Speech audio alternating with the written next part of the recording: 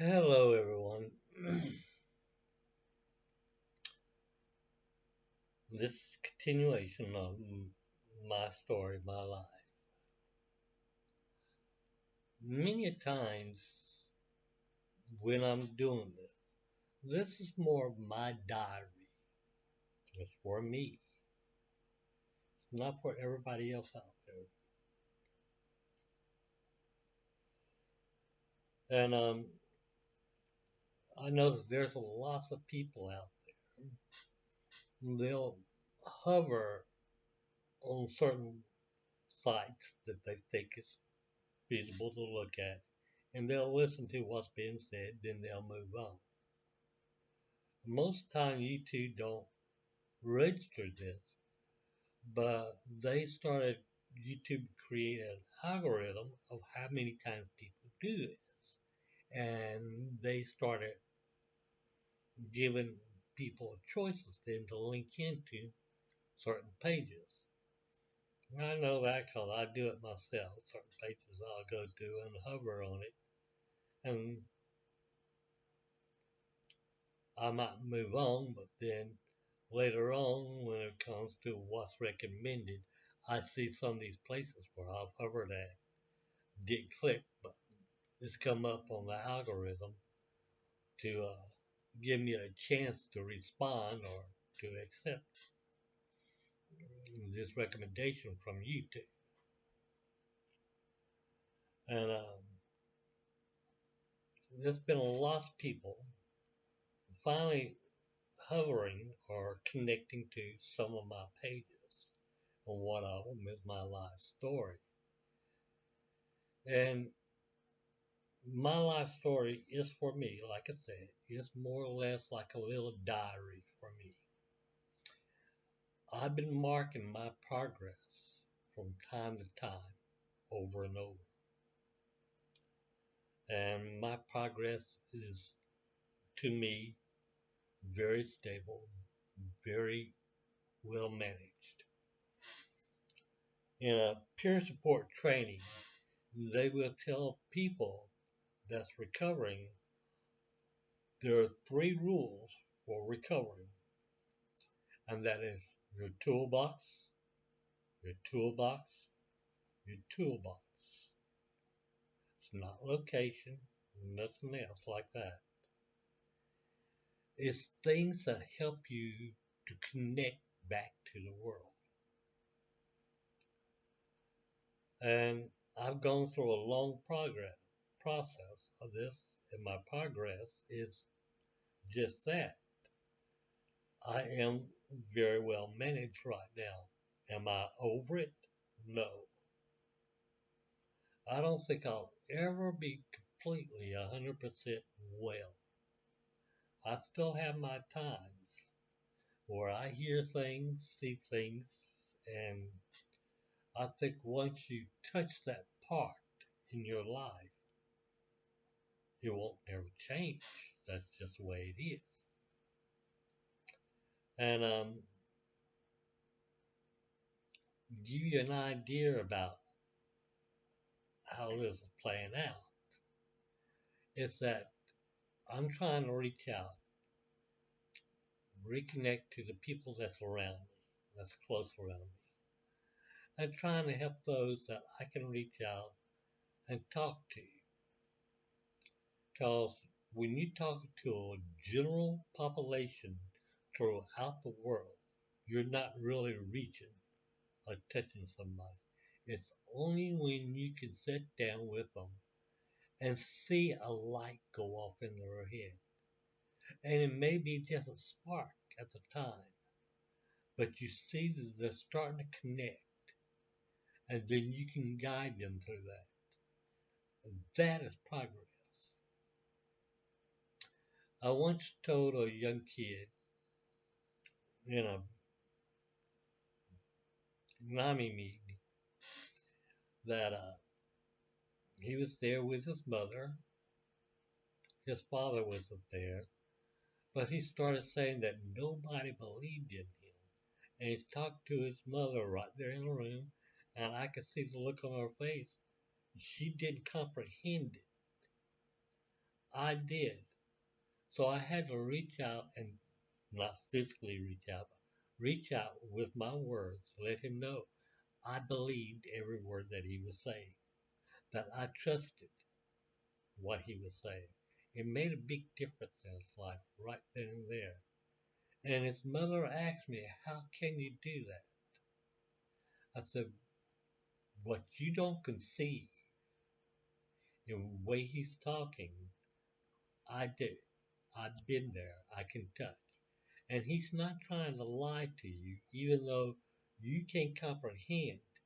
You just have to know that he's trying to talk to you. Eventually, it may take months or years, but remember the things that he's saying, and you'll see how it all connects together. Because in your mind, when you're trying to get well, you're going to talk just the way your mind is going. And to me, it's the same thing as rabbit talking, where you go from one subject to another back and forth. Because you'll say something and you'll connect to that, then it goes back. And that's the way minds are people that are struggling within themselves about situation or life things, life choices. And they can only talk to you at the moment when these things are playing out in their mind. And that's the way they're going to do is rabbit talking. They'll go from one subject to another. They say that as you get older, your mind tends to slow down.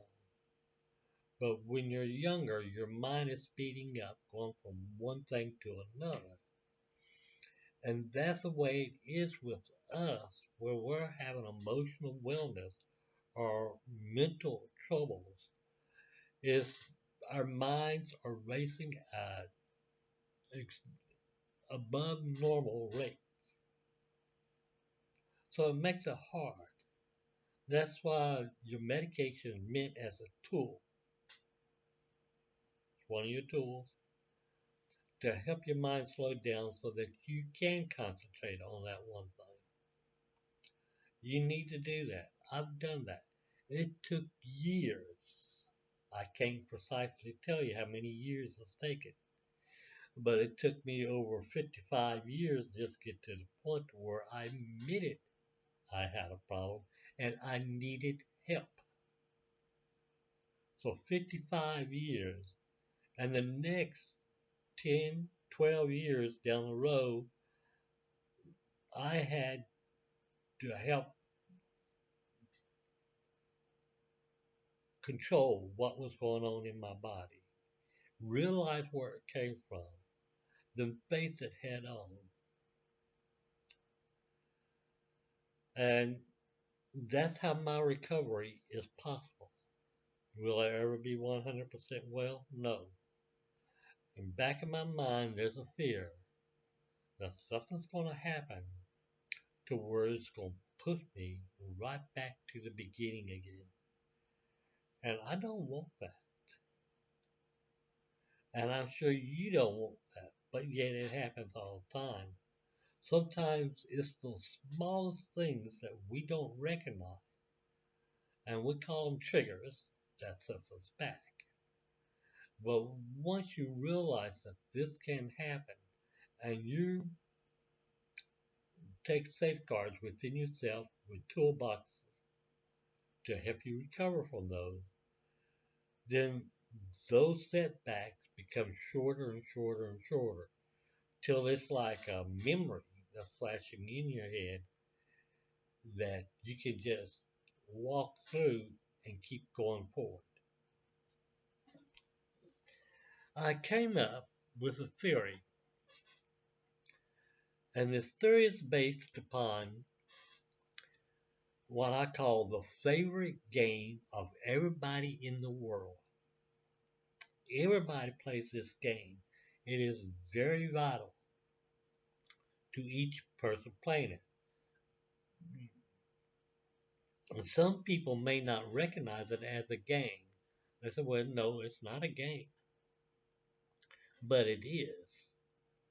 And it's The game is called Do You Remember? And we use everything that we can to spark these memories, especially in the photographs and pictures we may have on the wall to help us retrieve these memories. Some of us, with me, I do have an eidetic mind. Like I said, it's more verbal than it is visual. A visual, there's lots of people can see something one time and remember it from there on out. It's just the way it is. With me, verbal is I can remember conversations and with the mentioning of a certain word or way it's mentioned can take me back to do I remember? Yes. I then can pull up the conversation and everything that's happened. And I had to use that lots of times in my past because it helped me to recover, to realize what took me to where I was emotionally removed from the world. And that's a terrible thing, believe me. There's a lot of people out there that are manic. Lots of people with depression, anxiety, schizophrenic, and things like that that are more emotionally removed or emotionally detached than they are anything else. And there's no getting around that. It's not just mental. Some of it is mental. And that's because people are already so addicted to certain drugs and things, which I am. I'm addicted to nicotine. I can do away with a tar, but I can't do away with nicotine. And I use this. This is a drug, and I use this to help stabilize my mind. Let me show you.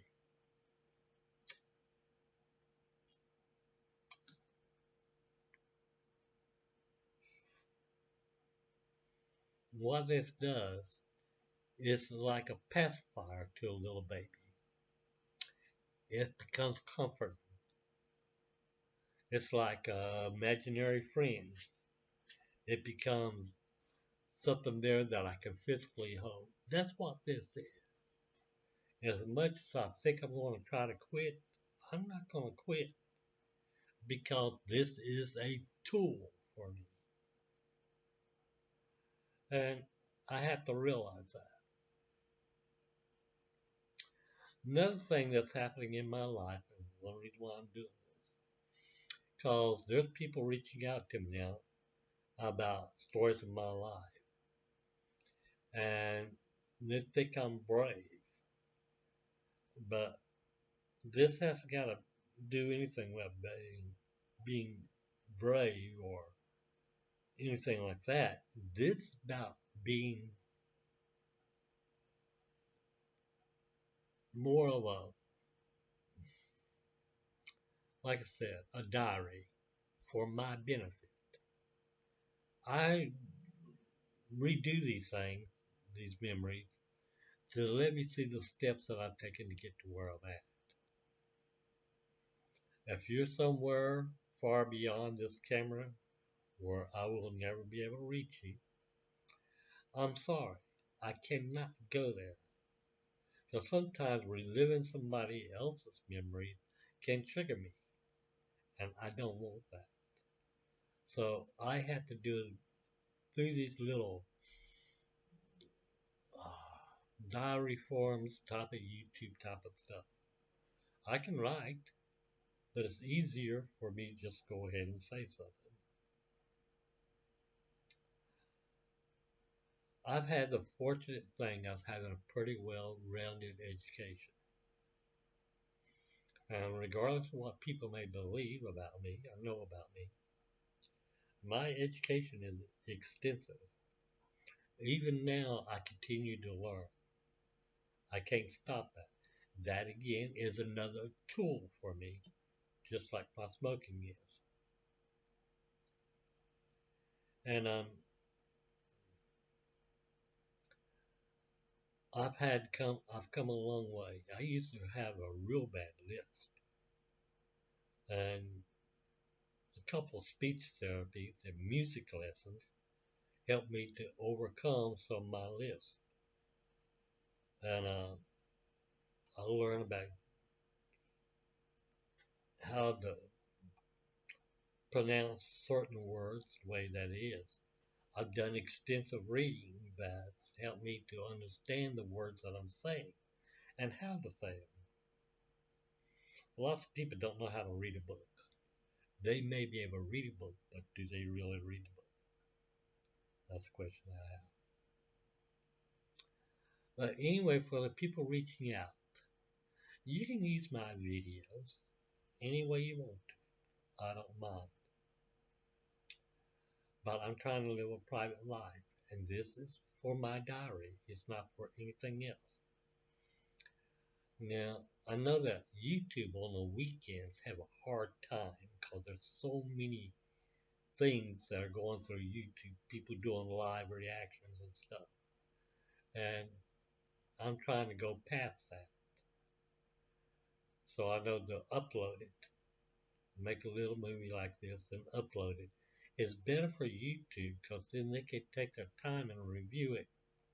As long as I haven't got any music or anything like this, they have no problem with it. And as long as I'm not stating facts that need to be fact checked, it goes through faster. I mean, you upload it, then they process it. And in that process, you got somebody there on a computer going through, and between the algorithm of the computer for YouTube, they're listening for certain words to see if they, and I don't know this for certain, this is just my fault.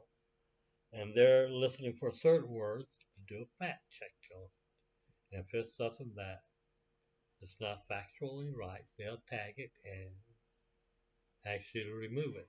I remove it. But what I'm doing now is for a diary to back up with the things that are going on in my life.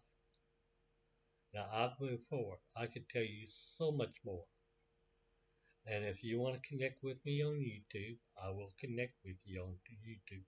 But I will not remotely go from here to someplace else because it's just not feasible for me to do that. I'm in the last leg of my life. I have diabetes 2. Right now it's semi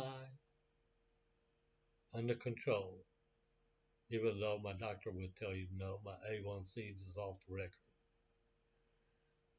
But I'm doing the best I can. I also have other things going on in my life, and I know I haven't got much longer on this world.